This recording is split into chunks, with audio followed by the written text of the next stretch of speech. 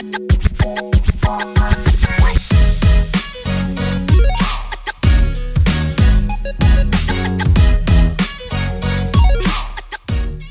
and welcome to another episode of How to Homeschool in High School. Today is another interview. I'm here with two of my friends, Abigail and Rebekah, and we are going to talk about their homeschooling journey and their thoughts on homeschooling as well. So you guys want to introduce yourself? Hi, I'm Abigail. I'm Rebekah. I'm currently graduated from high school. I'm in 11th grade. And we're two sisters. We've been homeschooled from the very beginning. We've never been to a public school. What, initiated your parents? Why did they want to start homeschooling you? Yeah, so whenever my mom first had our older sister, Sarah, she knew right away that she wanted to be the one who was in charge of our education. Okay. She didn't really want anybody else teaching us things that she didn't know we would be learning. So right away she decided that she wanted to homeschool. She didn't want to do cyber school. She didn't want to do public school. She didn't want to do Christian school, even though sometimes those are good options for other people. For us, she just really wanted to have a hands-on experience with teaching us. I feel like that's kind of what my mom discovered as she started homeschooling. It was a nice opportunity to just be invested in what your children are learning. Okay, so I had a question for you guys. So have you done any online classes before? I don't think. I don't think so. Okay, so how did you guys do homeschooling? Was high school? Or how are you doing it currently? Well, I mainly do everything by myself. Okay. So I just read all my books. And that's... Yeah, we've always done mainly books. Okay. And I mean, we pop in the occasional DVD and watch a little video, but it's mainly just been books. And we just do a lot of reading. We read to each other, or we read on our own. Okay. That's usually how it goes. So you have a book curriculum for each subject, and you kind of Yes. So for our English or grammar subject, we follow Mennonite books actually called Rod and Staff. We've done Rod and Staff for a few other subjects, but it's different for each one. Okay. I was wondering what a typical day looked like for you guys, or looks like for you guys, when it comes to how you structure, what you do first, what you do last. Or I know for me it's every day's kind of different because there's some things you do on that day you don't do on other days, but you kind of summarize it a little. Yeah, for me right now, I usually when I get up in the morning, I'll read a couple of my school books, and then I'll clean our bunny's cage, and then nice. Yeah. I'll do the rest of my school, and that's pretty much it. Yeah, when I was in high school, it would mainly look like just getting up, seeing who else was ready to start school, just starting with the subjects that I knew I could just do on my own, kind of get out of the way, if you will, say it that way.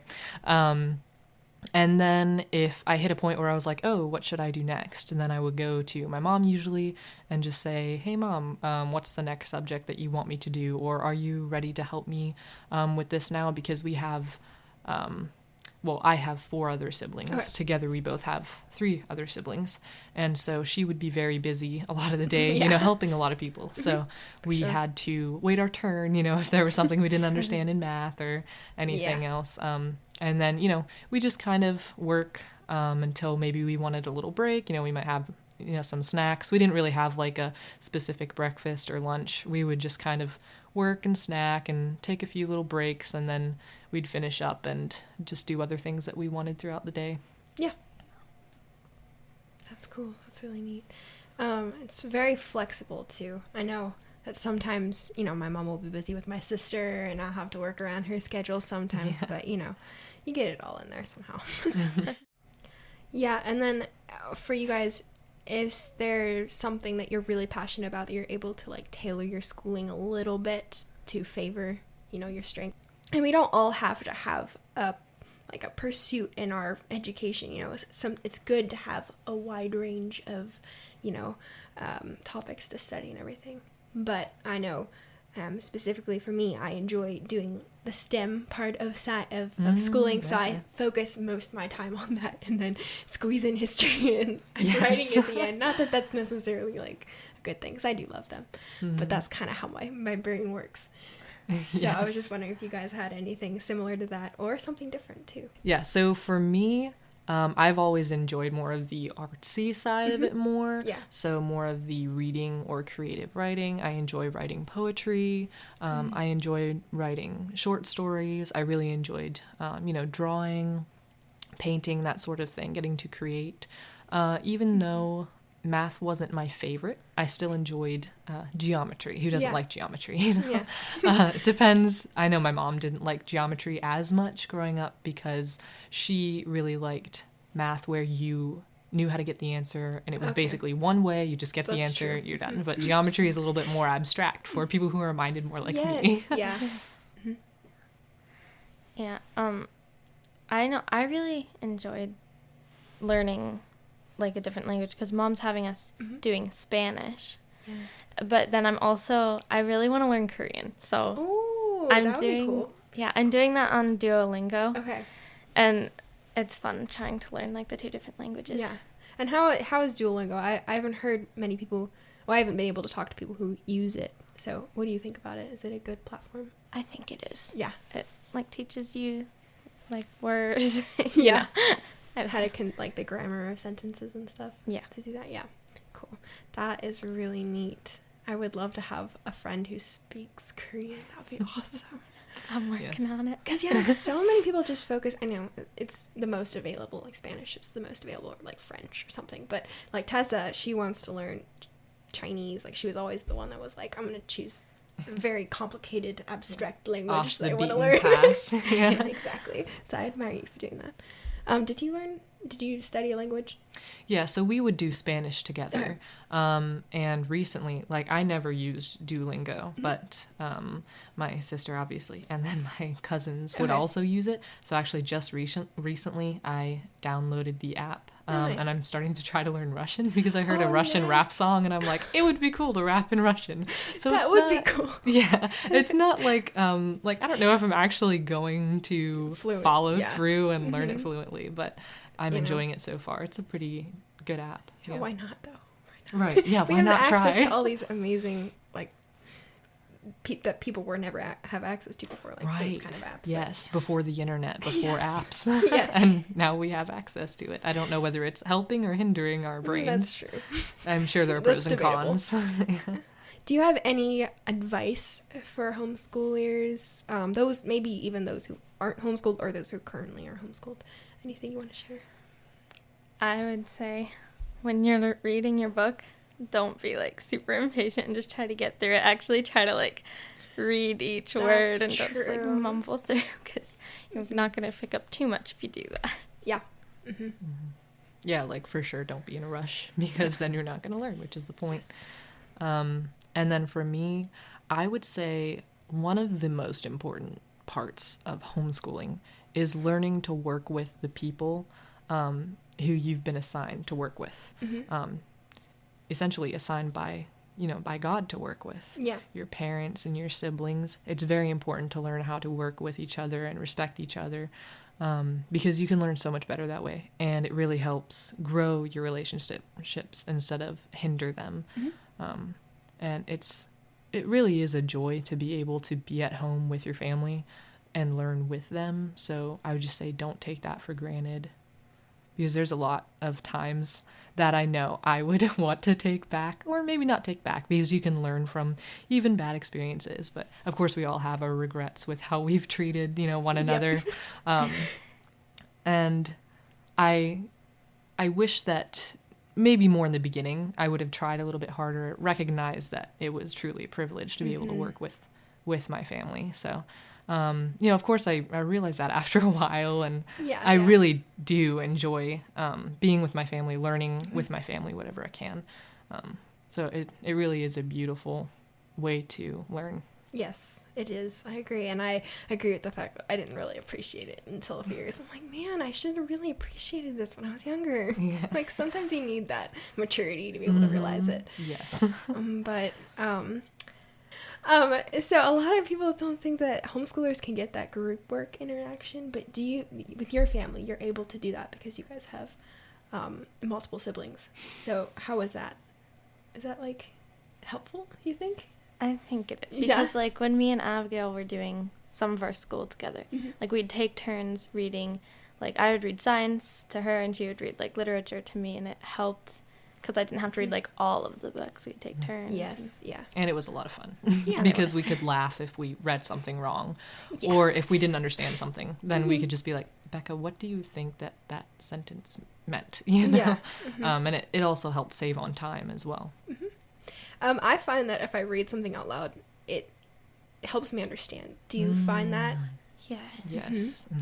For sure. Yeah, sometimes I have to force myself to read things out loud. I'm like, if I just read this in my head, I'm just going to blow through it and then be done really quickly and, like, think about it later and be like, I don't understand a thing I read. Right. Or when you read a whole page without realizing it. You get to the bottom and you're like, oh, wait, I was thinking about bacon the entire time. I can't remember what I just read. I know, and then you have to sit there and reread it again, which is not fun. Right. So would you, like, for people who use a lot of book curriculums, would that be one of your recommendations to read things out loud? Probably. Or to each other, Yeah. too. Mm-hmm. Yeah. Definitely If reading you out loud if is you have helpful. the opportunity, Mm-hmm. it's helpful. Yeah. I think it helped improve just our speaking and communicating skills in Yes. general because, you know, I know it might sound, for lack of a better term, immature to have your mom read to you or to read to your mom and your sister. But if you all want to learn or the same subject, or if you all want to hear the same book, it can help to take turns reading to each other, to learn how to listen better, to learn how to read out loud better. Yeah, and we weren't great at that at first either. You know, we had to learn that. It's a good skill to have, but it takes a little bit of practice. Yes. Yeah. I know sometimes my sister and my mom will be doing science and I'll be in the background doing something else. And they're talking to each other, reading it to each other. And then I will answer a question. My mom will look at me like, you were listening the whole time? I'm like, yeah, I was listening the whole time. Because I enjoy listening to what they're learning about. Yeah. It's cool. And I enjoy when they're talking about it. Okay. And just for fun, do you guys have any homeschooling stories that you want to share? Anything that you thought of? I know, do you want me to go first? Yeah, I don't have any stories. So going back to the reading aspect where we would read to each other, there was this one time, it was maybe 2 years ago, where my mom, or our mom, and us two were reading through a book about King Arthur and his knights. Okay. And it was a very good book. It was an older book, so the language was a little bit different. And you might expect it to be kind of stiff, you know, like, oh, how could I ever relate to these people? But it was one of the very last chapters, maybe the last one, and I volunteered to read the last chapter. And I'm reading the last chapter, and it's so emotional. And we're all three in the kitchen, and I'm literally just bawling while I'm reading. And I'm like, and we're all laughing, and I'm laughing because I'm bawling while I'm reading. Just because it was like so emotional and so good, you know? So that was really funny. Yeah. They were both laughing and crying with me just because I was basically setting the tone to laugh, cry. Yeah, that's the best.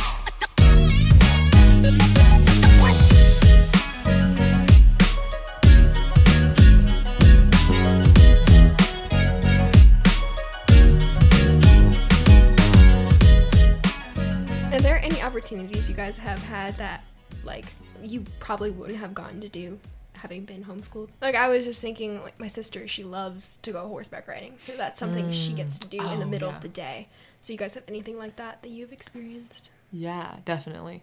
So I would say just getting to go to family gatherings and doing things like, you know, horseback riding. We did that at one point too. There was a lot of freedom to be able to schedule our school days a little bit differently so that we could maybe go out shopping, you know, beat the rush, whatever it was. Exactly. We did find a lot of freedom in that area. Yes.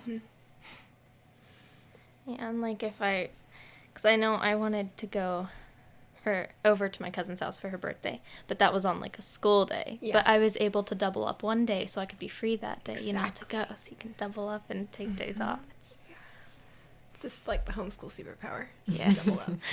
It's better to double up before you go than double up the day after. I feel like 'cause the day after I'm like, oh man, the whole time I'm there I'm like, I have to do so much schoolwork tomorrow. Right, yeah. It can But, hinder you know, the sometimes, experience. yeah. But sometimes, you know, you can make it work. And you can also work on Saturdays, too. Yeah. Like, if you need to. Yeah, with us, that option was always like the less desirable one. Yes. We tried as hard as we could to not have to work on Saturdays. I Yeah. don't actually remember any Saturdays. I'm sure there was a Saturday where I did school to make up for a day, but it was never anything that our mom wanted us to do. She would never make us work on Saturdays, and she always made sure we had summer vacation. I know some homeschool families, I don't know whether, like, what your family does. Some don't do summer vacations. They just work until they decide, hey, let's take a vacation, you know, in the middle of the school year. Our family was always a little bit more organized in the fact that we kind of followed the public school schedule closely for the most part. But, you know, like you say, there's also a lot of wiggle room there. Yeah, for sure. All right, so we're going to answer a question, a commonly asked homeschool question, and just for fun, I think this is more of a fun question. So the question is, when do homeschoolers wake up? And I know when I was younger, I didn't really have a time. I just kind of woke up, which was nice. But when I was in high school, I was like, I kind of need a schedule, a little bit of a schedule. So I usually wake up around between 6:30 and 7:30, depending on the day. But what about you guys? I'm just curious. Well, I don't have, like, a schedule either. It's just whenever my body feels like waking up, which is usually around, like, 8:30 to 9, so it's kind of late, but... No, that's not late. That's a good time, especially because you can get started and then you can have your afternoon, like, for a little free. But, yeah. What about you, Abigail? Yeah, so I feel like there are different types of homeschoolers. Some are more early, you know, like 6:30, and then some are much later, like 10. We had different school years where we would be getting up more consistently at an earlier time, and then we had others where, let's say our mom had just had another baby, we would generally start a little bit later, because she would be a little bit more tired, and it was harder to get everything out and get started. For me, I have a terrible sleep schedule. I'm going to be honest. I was definitely more of a late person, too. There had been days where I woke up at 10 a.m. And got started. But usually I tried more closer to 8:30 or 9, something like that. Yeah, I have to admit, too, I do not go to bed at the time I should to get up that early. Neither do I. Because I'm like, oh my goodness, you know, like, I have to get started. I have that, I don't know, fear of being late or something. I don't know. And then I'm like, but I didn't go to bed until this time, so I have to sleep in. But the good thing about homeschooling is you can kind of, like, it's okay if I slept until, like, a little past my normal time. Right. Because you can just catch up. But I was just curious. I know, like you said, it's different for every person, which is a nice thing. Because not every person's the same. So, yes. As a reminder, just send your questions. My email is linked in the show notes, as well as my Instagram account name. So if you have questions, you can always message me through there as well. And I will try to answer them as many as I can at the end of the episode with my guest, if that is at all possible. But that was really fun. So thank you guys so much for being on the show. Today we talked about what homeschooling in high school looked like for you guys. And I think it's important to get as many different views on this as possible, because everything is so unique for each person. And I think it is important for anyone who thinks they might homeschool in high school to have that idea, like, it doesn't have to be cookie cutter. It is as unique as, you know, the individual person. And go with your schedule. Yes, exactly. Be uniquely you all the time, which is awesome. And it also works for each family too. Differently. Yeah, everybody's different. And I feel like that's another important thing to for other homeschool kids, especially to know about, and the moms and the dads, because you might feel a little bit insecure if you think you're doing something that's really different from the rest of the people that you know who homeschool. But you'll find that you're actually not that different, or you're different in a good way. Yep. So yeah, it's important not to compare too much. Yeah, my mom always says there's no right way, really. just the way that the child is able to learn. Exactly. And the way that family is able to operate around it. So the schedule and everything. So yeah, thank you guys again. Oh yeah, sure thing. Thank you for having us. And we will see you all next week. Bye.